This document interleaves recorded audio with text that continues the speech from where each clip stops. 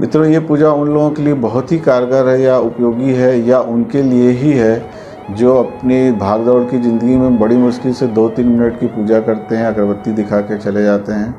ऐसे लोगों के लिए बहुत ही कारगर है, बहुत ही ज़्यादा परिणामदायक है। मैं उन लोगों के लिए ऐसा नहीं कह पाऊँगा जो विधि विधान को समझते हैं और अपने तरीके से नियम से अलग अलग देवी देवताओं का पूजन करते हैं, पर जो भी संक्षिप्त पूजन करते हैं उनके लिए ये बहुत ही ज़्यादा कारगर है, बहुत ही ज़्यादा श्रेष्ठ है। मेरा तो दावा है कि 3 महीने में ही ये प्रयास सिद्ध हो जाएगा और परिणाम की तरफ आप बढ़ चुकेंगे।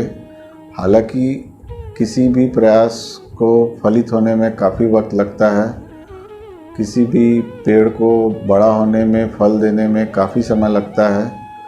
इस पेड़ के लिए विश्वास ही खाद है और निरंतरता ही इसकी के लिए जल है। अगर ये दोनों इसे मिलेंगे तो बहुत जल्दी और बहुत सार्थक परिणाम इस पूजा से हासिल किए जा सकते हैं।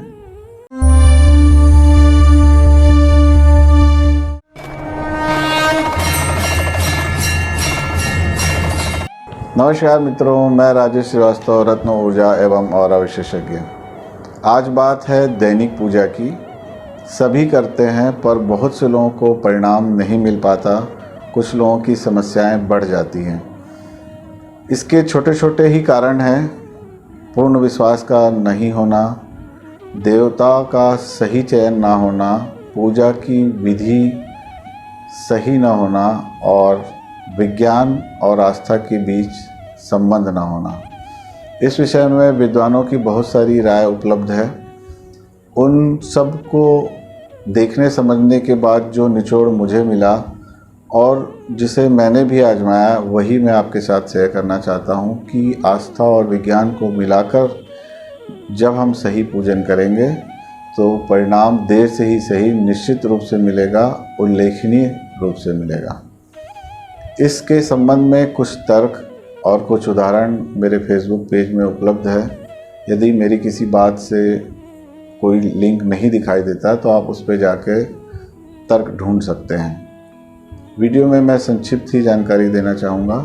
मित्रों, ये पूजा की विधि आस्था और सबकॉन्शियस माइंड की वर्किंग को मिलाकर बनाई गई है, जिसे कभी भी कहीं भी किसी भी हालत में किया जा सकता है। इसके लिए ज़रूरत है तो सिर्फ एक महत्वपूर्ण बात की कि आपके इष्ट देव कौन है। थोड़ा कठिन है इसे ढूंढना।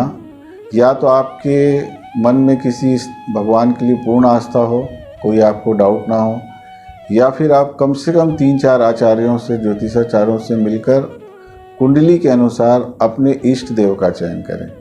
यदि आपको सही इष्ट देव मिल गए तो ही ये पूजन की विधि आपके लिए कारगर है और बहुत कम समय में ही आपको थोड़े थोड़े परिणाम मिलना शुरू हो जाते हैं। तो आइए देखते हैं कैसे इसकी पूजा करनी चाहिए।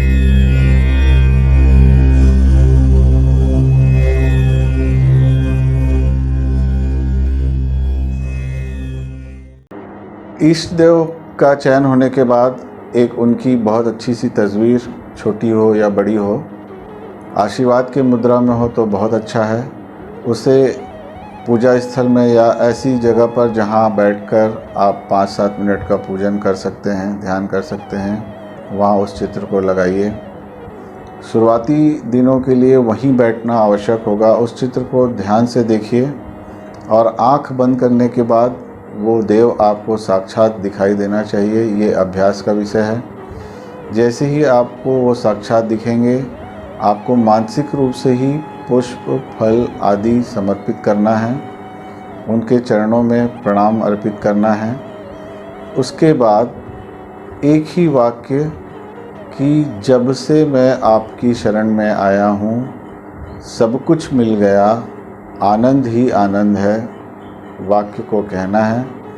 उसके बाद आप महसूस करें कि जो भी प्रसाद आपने उन्हें दिया है वो उसका ग्रहण कर रहे हैं और आपकी तरफ आशीर्वाद दे रहे हैं, या रोशनी के रूप में या आपके सर पे हाथ रखते हुए। ये विषय विश्वास का है। विश्वास होगा तो ही फल मिलेगा। जब भी आप इस वाक्य को कहेंगे कि जब से मैं आपकी शरण में आया हूँ सब कुछ मिल गया, आनंद ही आनंद है, उस वक्त के लिए आपको एक छोटी सी वीडियो क्लिप दिमाग में बना लेनी है जिसमें एक बंगला होगा, उसके साइड से एक उस कार की झलक होगी जो आपकी पसंद की है। उस बंगले के गार्डन चेयर में आप सब परिवार जो भी आपकी इच्छा है वो बैठेंगे। एक तरफ कुछ नौकर चाकर आपके लिए फल फ्रूट या जूस लेकर बैठे हैं। बस इतना ही सीन बार बार देखना है। इस वाक्य और इस सीन का रिपीटेशन ही कंटिन्यू होना चाहिए। उसके बाद आप इसे सोते हुए करें, जागते हुए करें, गाड़ी में करें, कोई फ़र्क नहीं पड़ता। 15-20 दिन के अभ्यास के बाद आपके सामने ये विज़न फिक्स हो जाएगा कि आँख बंद करते ही आपको देवता साक्षात दिखाई देंगे। उनको प्रणाम करना, उनको फल फूल देना, उनसे आशीर्वाद मिलने का अनुभव करना और इस वाक्य को दोहराना कि जब से मैं आपकी शरण में आया हूँ सब कुछ मिल गया, आनंद ही आनंद है। ऐसा बोलते हुए उस दृश्य को देखना जिसमें एक बंगला है, बगल में आपकी पसंद की गाड़ी दिख रही है, गार्डन चेयर में आप अपने परिवार के साथ आनंदपूर्वक बैठे हैं, बच्चे खेल रहे हैं, कुछ सेवक आपके लिए फल फ्रूट लेकर खड़े हैं। ऐसा फिक्स करना होगा, वो तस्वीर भी और ये वाक्य भी। बार बार पुनरावृत्ति करने से सबकॉन्शियस माइंड में ये बात बैठ जाती है और फिर वो इसके जुगाड़ में लग जाता है या कहें कि उसे सच करने की दिशा में काम करने लगता है।